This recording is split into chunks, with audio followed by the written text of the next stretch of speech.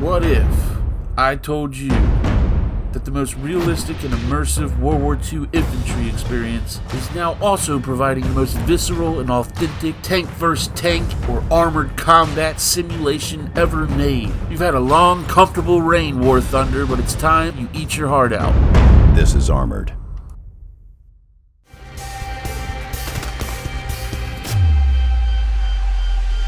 What's up, guys? Welcome to the Mil-Sim Tac Shooter and Historic Gaming channel. If you're new around here or live under a tactical rock, do know that we try to give away a Steam key at the end of the week to one of our lucky viewers every week. For details on how to enter the giveaway, just stay tuned. So as most of you already know, the Post-Scriptum devs over at Periscope have finally released their Armored update, which they've been working on for almost a year now. Not only has the armored and vehicle gameplay been completely reworked and made much more realistic, but every map has been improved. The skyboxes are absolutely gorgeous now. All of the lighting has been reworked on every map. There's a bunch of little things changed, like if you play as the Fallschirmjäger squad leader, you can now use the FG-42 as long as you have a full squad. You no longer get the STG-44 at 4 squad members, but it unlocks at 7 squad members. They're about to add the awesome 50 cal, which has been a placeholder from squad for the longest time. But with that update, this baby will be able to rip through walls, as well as take out light armored vehicles like trucks. There's also new game modes. The armored game mode, of course, is improved, and a brand new King of the Hill. One randomly selected point that each force fights over until the tickets are depleted. They even threw in a map seemingly taken from War Thunder or World of Tanks itself. It's called Proving Grounds. And the map is like layered, like a giant bowl all facing towards the center. Very similar to like a War Thunder map, and perfect for like an arcadey armor vs. armor showdown. Infantry can play on it too though. So if you are coming over to Post-Scriptum from World of Tanks or War Thunder, I would definitely suggest finding your bearings in a familiar map like Proving Grounds. Alright, I can go on and on about all the little tidbits added, but we're here for the armor, baby. Tank vs. tank combat. And with this update, what is now the most realistic tank combat game ever made. Period. Cool. War Thunder has the cool little camera, it shows the spalling and all this, but let's be serious. You got one man controlling a tank? No. You know how cumbersome these things are in real life, how hard to drive? You know, you'll find out, because now Post-Scriptum is really the only game out that is even close to simulating what it was really like to drive a tank in World War II.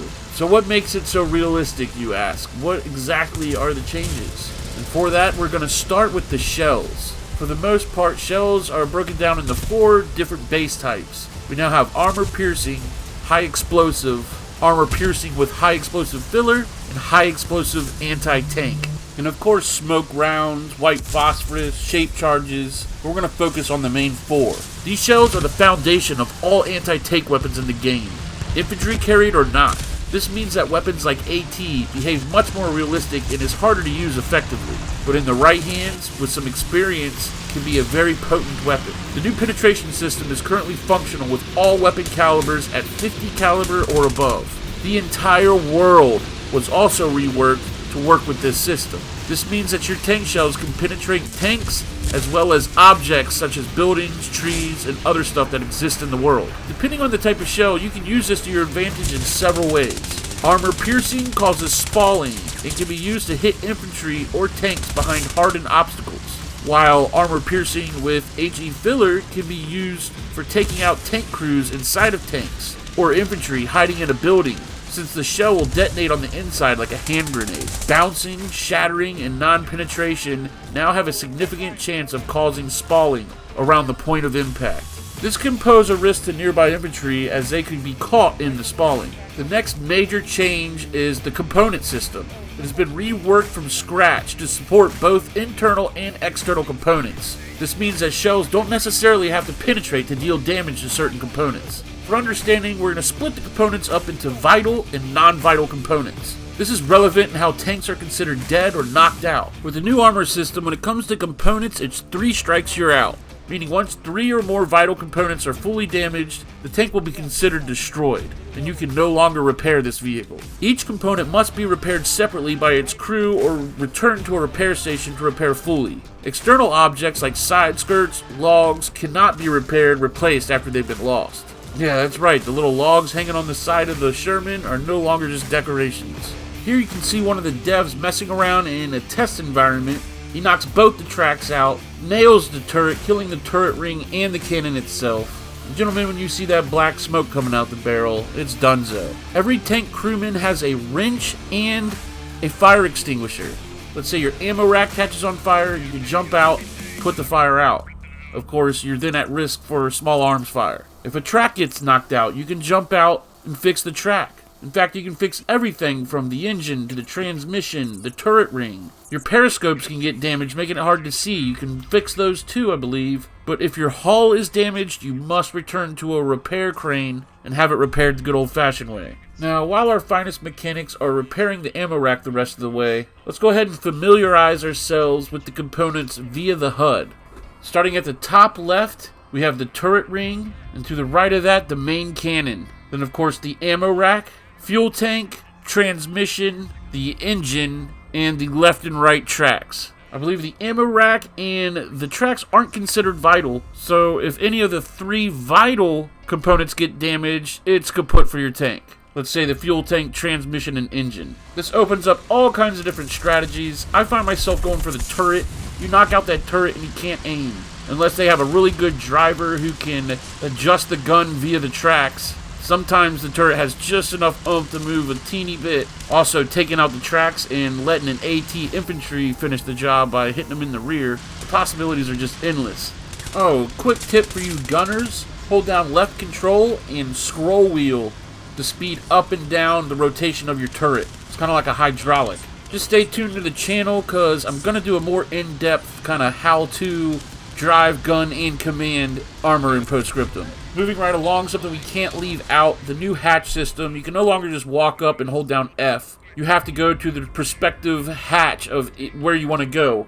So if you're the commander, you have to climb up onto the turret and enter in the command hatch. Also where the gunner enters. The driver will enter in a whole nother hatch down on the hull. Keep in mind, this can leave you exposed to small arms fire. But like I said, stay tuned. I've got a couple little tricks up my sleeves, and we'll have that in the how-to video. So last but certainly not least, a very difficult role now, and super respected, is the driver. The way tanks operate have been completely reworked, now using a throttle and gearing system. This not only gives the driver more of a challenge, but makes each and every tank different from each other. Choosing the right gear for the right speed is key, and you have much more control over the speed you wish to traverse the battlefield at. Drivers can increase and decrease throttle using W and S respectively. Turning is still done with the traditional A and D keys, while pressing the spacebar will turn on or off the handbrake.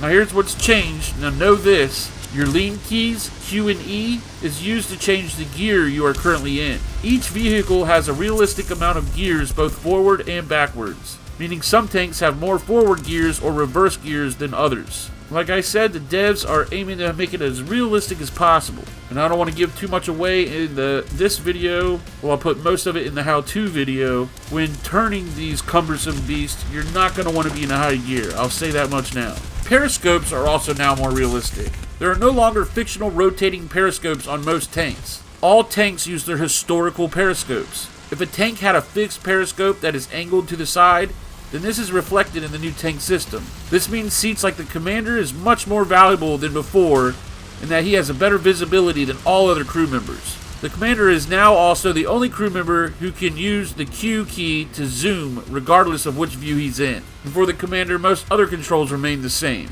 Don't forget to make marks, commanders. And that's about it, boys. This is a huge update. Whether you like armor or not, I tend to be an infantry guy, and just having the armor go on around me is amazing. The sounds have been upgraded, it feels like, and I feel like I'm just playing Post-Scriptum all over again when a tiger comes rolling through the tree line. My draws. Real quick, for you veterans out there, do know that the Defender hard spawns have been removed on the offensive game mode. However, we are allowed to make 3 fobs now instead of just 2, and the Defenders can make fobs. awesome change, I think. I see some people whining on the forums, but they'll just have to get used to it. This is a simulator, not an arcade game. They also made it so the repair crane has a cooldown. No longer can you just sit on a repair crane and constantly have your tank being repaired. It's no fun. Now with this update, there are so many vehicles and tanks that are done and in the game. As time goes on, the devs will add more and more of the tanks back into the game. I think we're missing the Hellcat for one. And let's not forget Adam Pingu, a modder over at the Eastern Front, and Blood on the Seas, announced that he is working on full tank interiors. That's right, man. I cannot wait to see this baby a couple years from now. It's only going to get better and better, boys. Tell your friends, family. I have now acquired a couple Post-Scriptum keys to give away. Don't be greedy.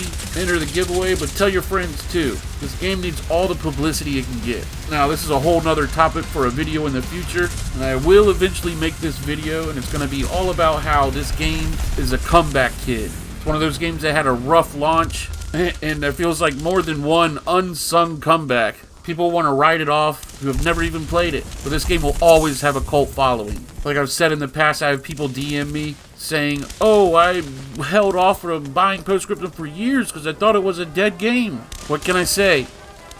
Good games never die. And for only 30 bucks, this game is a steal. And on that note, we're going to go ahead and wrap things up. We have Easy Red 2, Space Marine, and a couple Post-Scriptum keys to give away. To enter the giveaway, it's super simple. Just like this video, subscribe to the YouTube channel, join our little Discord, it's linked below, shoot the shit with us, catch a game, but most important, drop a comment. Say whatever you want to say in your comment, but leave your Discord name and number. That's going to work as your ticket stub if you do win. Special shout out to my channel members, the Mil-Simp Minions. Consider supporting the channel directly for as little as 99 cents or even $10 a month. I'll show you how to get marksman whenever the heck you want it. Yeah, I'm a dirty dog. Put you through Mil-Simp School, get exclusive content, and all channel members, whatever tier, as little as 25 cents a week, gives you double the entry in every week's Steam Key giveaway. We acquire all different kind of keys, so if you want a huge leg up in every week's giveaway, and to support your boy, hit the blue join button below. There's also my Patreon linked in the description. Alright, good luck to everybody. I'll see you boys in the next one. Y'all be good to each other.